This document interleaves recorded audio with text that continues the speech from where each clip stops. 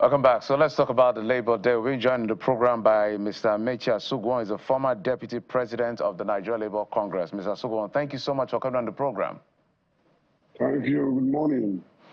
On my way to work, I would like your response to this. On my way to work, I heard some people calling the radio station I like to listen to, and they were saying there's really nothing much to celebrate because we've done an analogy to the effect that whatever you were earning, say, in the last 2 or 3 years, in dollar terms, is perhaps the same thing you're earning today, even if your salary has been increased by 100% because of the devaluation of the naira, or the flotation as it is called. In fact, in some cases, it's even less than what you were earning.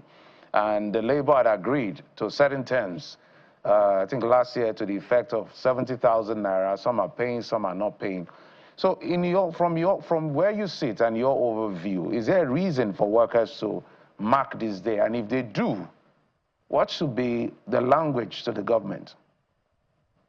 Yes, happy Workers' Day to Nigerian workers and workers all over the world.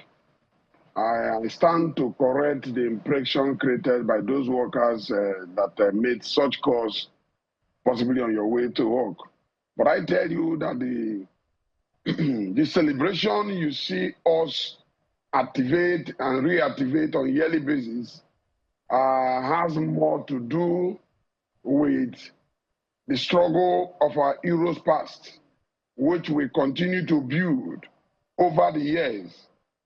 It tells you that the reason to mark Workers' Day is to keep a remark of what was done in terms of struggle, how workers paid a huge price with their lives. Nothing came accidentally. Every achievement that you see workers benefit today, the issue of workers' salary is secondary when we talk about workers' value. Dignity of workers in the workplace has less to do with what they pay them. And therefore, in as much we promote good pay for work done, the first thing that a worker needs in a place of work is respect. And that is what people got through struggle. People got maternity leave of women, so you, after birth, you should be at home to take care of your child and still get salary.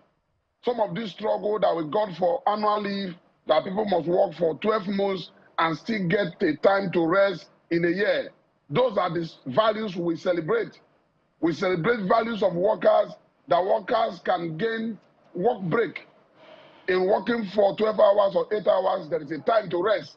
All of these things we are gotten lawfully in a manner that today workers enjoy them freely. So we use these days to remember those heroes past that paid this price and the price we are paying today for the generation to come. So that each time we celebrate, there's always something to talk about. So I tell you that workers' message to government should continue to be on improvement. Improvement means you are somewhere and you want a better place. Improvement also reflects that, yes, last year minimum wage was celebrated. Unfortunately, eluded by inflation does not mean that the increase was bad. It only means that government has to do more.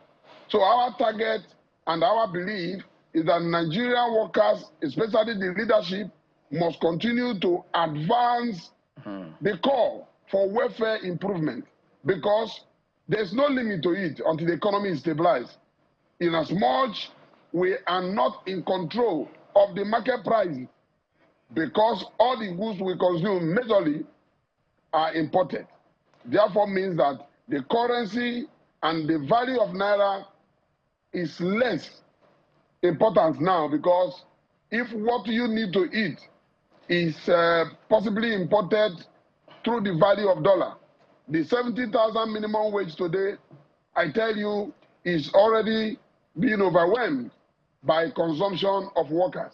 But that does not make it useless. It only means that government should do award.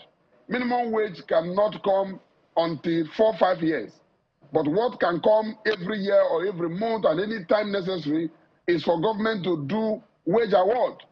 It is important that Mr. President consider another wage award as a sign of commitment, as a sign of sensitivity to the plight of workers, especially on a day like this. Because whether you like it or not, subsidy is gone. but they must also do everything humanly possible, especially lawfully, to activate refineries that will give hope to a common Nigerian. Workers are hopeful because whether you like it or not, it is the money in their hand that makes the economy functioning. And when workers complain, the entire people complain. I believe there is still a good news for Nigerians because hope is not lost. And to the best of my knowledge, the more we speak, the more action government must take. Because democracy is about the people, and the people can do nothing in democracy than to speak. Mr. Expression is one of the best ways to get government attention. All right, Mr. In regard like this. Let's make good use of our time as we expand the conversation and look at the role of labor itself in ensuring that there is hope for Nigerian workers. This morning we started off by reminding the executives that they are yet to commit, a handful of them are yet to commit to the payment of the minimum wage. But what about the role of labor in ensuring that this is a reality? And we could even go back to the agreements that labor signed with the federal government in 2023, although some of them have been overtaken by events, but there are still some that government is yet to actualize. We could talk about the provision of funds for the purchase of high-capacity CNG buses, a lot of which have not been seen in many states of the Federation, and in fact, the continuing increase, depending on the price of crude oil in the international market and what obtains at home, continuing increase in the pump price of petrol.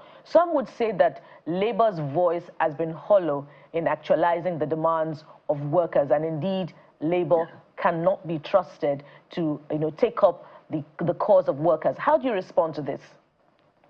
Yes, I agree carefully that Nigerian economy is not stable, and when we talk about workers' labor commitment to driving the affairs in terms of representation, I believe they have more to do.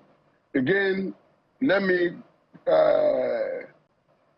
correct the impression. My name is Comrade Asogoni, Amechi Asogoni.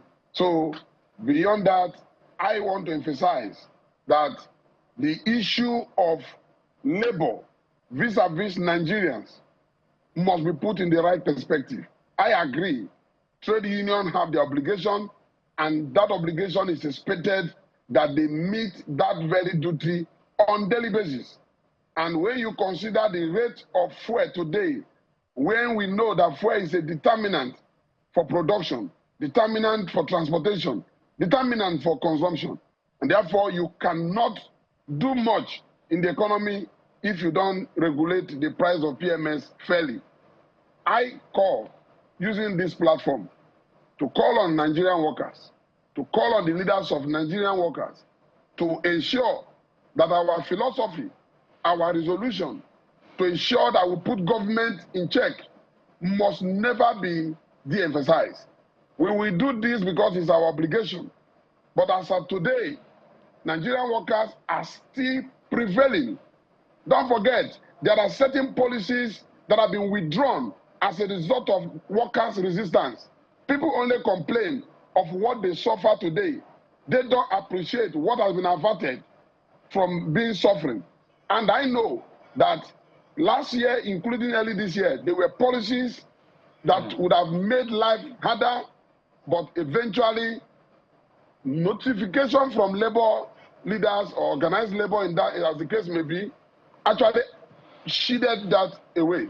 So if government has withdrawn some of these difficult policies and tried to bring in labor, issue of tariff, repeatedly, they have always wished to increase, and labor has always cautioned, because we are still talking about one issue. Right. You are bringing additional one to it. So I want to believe that fairly, May Day is a time for review, and part of the review is that labor leaders must take up this struggle to ensure that refinery works as a means of bringing down the price of petrol. All right, Mr. Asogoni, we're going to be looking at the Eagle Square and several centers across the country to hear what the demands or the new demands of labor will be today that is set aside to celebrate workers. Amechi Asogoni, former Deputy President of the NLC, thank you so much for coming on the program. We appreciate it. Thank you. All right, I'll take a quick break. When we come back, we'll switch gears now to the education sector, talking about YXCBT. What is it all about? We'll bring you up to speed after the break. Join us again.